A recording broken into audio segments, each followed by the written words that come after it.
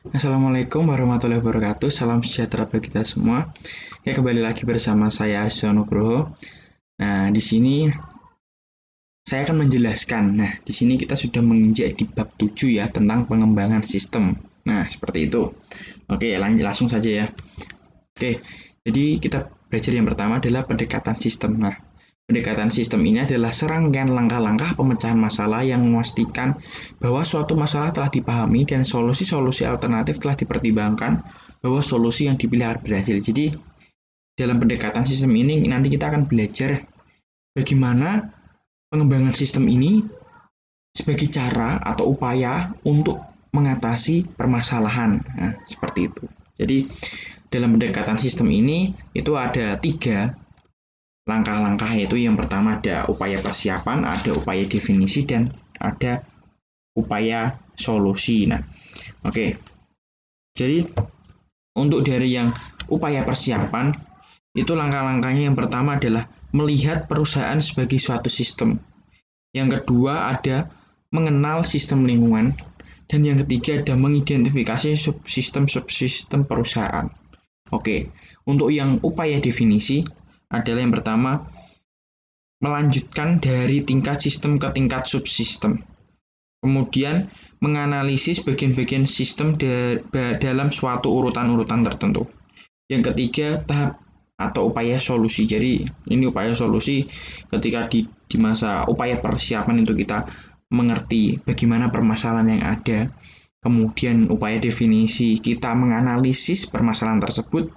Kemudian di upaya solusi ini ketika kita sudah menganalisis, di upaya solusi ini kita mendapatkan yang pertama mengidentifikasi solusi-solusi alternatif, mengevaluasi solusi alternatif, memilih solusi yang terbaik, mengimplementasikan solusi, menindaklanjuti untuk memastikan bahwa solusi tersebut efektif. Jadi di upaya solusi ini adalah upaya yang terakhir. Ketika kita sudah melihat permasalahan yang ada di depan, kita sudah bisa menentukan solusi yang tepat itu seperti apa. Seperti itu ya. Oke, lanjut. Siklus hidup pengembangan sistem. Nah, siklus hidup pengembangan sistem atau System Development Life Cycle atau SDLC ini adalah aplikasi dari pendekatan sistem bagi pengembangan suatu sistem informasi. Nah, di sini ada SDLC tradisional ya. Nah, di SDLC tradisional ini itu itu ada 4 tahap, ada berapa itu? Ada 5 ya, ada 5 tahapan ya. Yang pertama itu ada perencanaan, kemudian ada analisis, ada desain, implementasi, dan penggunaan seperti itu. Itu jadi SDLC ini sebagai aplikasi atau metodologi lah seperti itu. Kemudian lanjut ada prototyping. Nah, prototyping ini juga hampir sama kayak SDLC lah, sejenis lah metodologi ya. Prototype adalah suatu versi dari sebuah sistem potensial yang memberikan ide bagi para pengembang dan calon pengguna. Bagaimana sistem akan berfungsi dalam bentuk yang telah selesai. Jadi mungkin kita itu udah pernah mendengar lah apa itu prototype itu apa sih? Pernah mendengar di film-film luar dan sebagainya lah. Mungkin kita mendengar tapi kita nggak tahu apa itu namanya penjelasan atau definisinya. Nah, ini udah bisa jelaskan ya.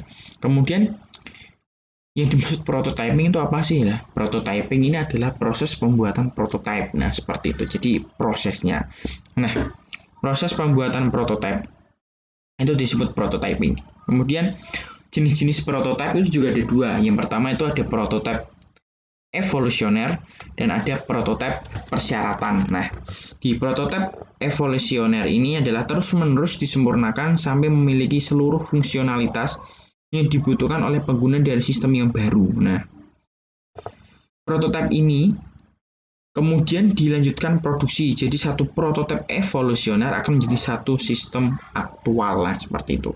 Kemudian untuk prototipe persyaratan adalah dikembangkan sebagai satu cara untuk mendefinisikan persyaratan-persyaratan fungsional dari sistem baru ketika pengguna tidak mampu mengungkapkan dengan jelas apa yang mereka inginkan. Jadi seperti itu ya. Belum. Jadi seperti itu ya perbedaannya antara prototipe evolusioner dan prototipe persyaratan. Kemudian ada pengembangan aplikasi cepat atau RAD ya, atau Rapid Application Development. Nah, ini juga sama seperti SDLC, sama seperti prototyping ya. sama-sama metodologi ya. RAD ini adalah satu metodologi yang memiliki tujuan sama dengan prototyping. Nah, hampir sama tujuannya, yaitu memberikan respon yang cepat atas kebutuhan pengguna, namun dengan lingkup yang lebih luas. Jadi, RAD ini lingkupnya itu lebih luas ya, teman-teman. Nah, ada 4 unsur penting ya dalam RAD ini. Yang pertama itu ada manajemen. Manajemen itu udah pastilah ya. Kemudian ada orangnya. Kemudian ada metodologinya. Dan kemudian ada alat-alatnya. Seperti itu ya. Kemudian kita lanjut di pengembangan berfase.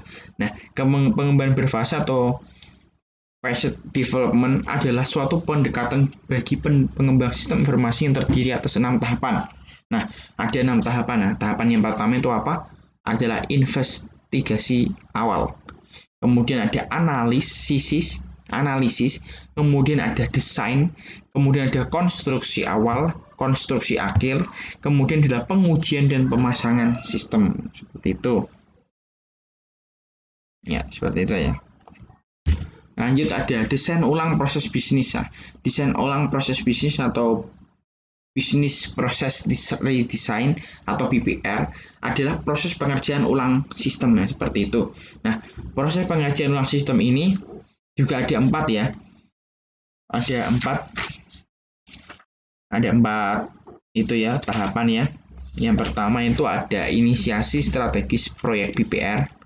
Kemudian ada rekayasa terbalik, ada rekayasa ulang, ada pemilihan komponen BPR. Seperti itu. Lanjut, perspektif dalam metodologi. Nah, perspektif dalam metodologi yang sudah saya sampaikan bahwa tadi SDLC, prototyping, RAD, pengembangan berfase, dan BPR itu adalah satu metodologi. Maksudnya salah satu itu adalah termasuk metodologi seperti itu. Jadi perspektif kita sih dalam metodologi ini yang pertama itu dari SDLC ya, adalah suatu penerapan pendekatan sistem terhadap masalah pengembangan sistem dan memiliki seluruh unsur pendekatan sistem dasar diawali dari identifikasi masalah yang diakhiri dengan penggunaan sistem. Kemudian dalam prototyping, perspektif dalam prototyping adalah pendekatan sistem berfokus pada definisi dan pemenuhan kebutuhan pengguna.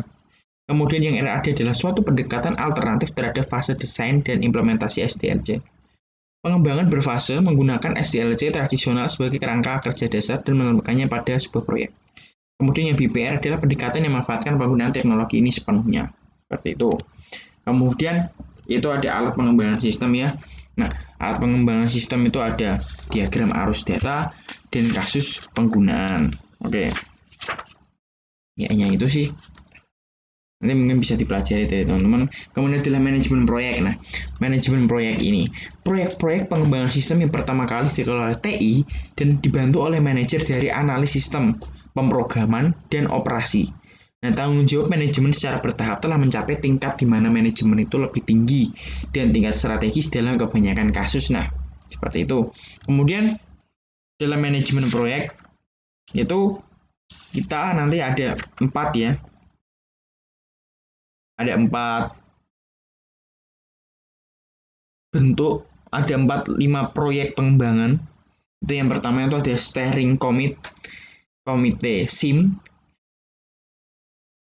Ada steering komite SIM, ada kepemimpinan proyek, ada mekanisme manajemen proyek, dan ada dukungan web bagi manajemen proyek. Seperti itu. Untuk yang steering komite SIM adalah memiliki 3 fungsi utama ya. Yang pertama adalah menciptakan kebijakan yang memastikan dukungan komputer untuk mencapai sasaran strategis perusahaan. Kemudian untuk fungsi yang kedua adalah melakukan pengendalian fiskal dengan bertindak sebagai yang berwenang dalam memberikan persetujuan. Kemudian adalah menyelesaikan perselisihan yang terjadi sehubungan dengan prioritas penggunaan komputer. Nah, kemudian untuk yang kepemimpinan proyek, ini adalah jadi aktivitas tim akan diarahkan oleh seorang ketua tim dan pimpinan proyek memberikan arahan di sepanjang masa proyek. Jadi ini tuh kayak kepemimpinan proyek ini emang kayak udah ada strukturnya gitu untuk memanajemen proyeknya. Jadi sudah ada strukturnya, sudah berjalan lancar seperti itu. Beda sama yang steering committee ya. Kemudian ada mekanisme manajemen proyek. Nah, untuk yang mekanisme Manajemen proyek ini adalah dasar dari manajemen proyek adalah rencana proyek yang dibuat selama tahap investigasi awal ketika metodologi pengembangan berfase diikuti. Jadi itu kayak udah di mekanisme, udah diproses, udah di apa namanya, udah dirancang dari awal sampai akhir seperti itu. Kemudian ada dukungan web bagi manajemen proyek. Nah, dukungan web ini juga sangat penting sih. Ya, tujuannya itu biar yang mengetahui proyek kita itu bukan hanya anggota internal, tapi juga anggota luar, pihak-pihak luar itu juga akan mengetahui proyek kita seperti itu. Jadi seperti ini, perusahaan tersebut juga menawarkan kursus manajemen proyek secara online sebagai bantuan bagi perusahaan untuk meningkatkan pengetahuan manajemen proyek pada karyawannya. Oh, jadi bukan hanya untuk masyarakat luas saja, tapi juga berguna untuk jadi juga kayak mengembangkan web apa itu namanya ya, mengembangkan pengetahuan web yang ada di karyawan kita. Jadi karyawan kita juga bisa mengerti web, bisa nge-share dan sebagainya ya seperti itu. Kemudian ada estimasi biaya proyek. Nah, estimasi biaya proyek ini adalah mengestimasikan waktu dan uang yang dibutuhkan untuk mengembangkan sebuah sistem. Jadi meminimalisir lah seperti itu ya. Namun hal tersebut belum maksimal lah.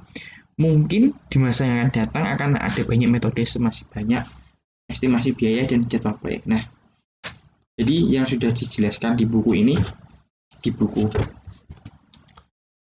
Raymond McLeod dan George Pascal, nah itu ada 3 ya untuk mencapai estimasi biaya. Yang pertama itu ada input estimasi biaya. Nah, ada input estimasi biaya, ada alat dan teknik estimasi biaya, ada output estimasi biaya. Nah, untuk komponennya tersendiri, itu yang input adalah work breakdown struktur. Kemudian ada kebutuhan sumber daya, ada tarif sumber daya, ada estimasi durasi aktivitas, dan informasi historis.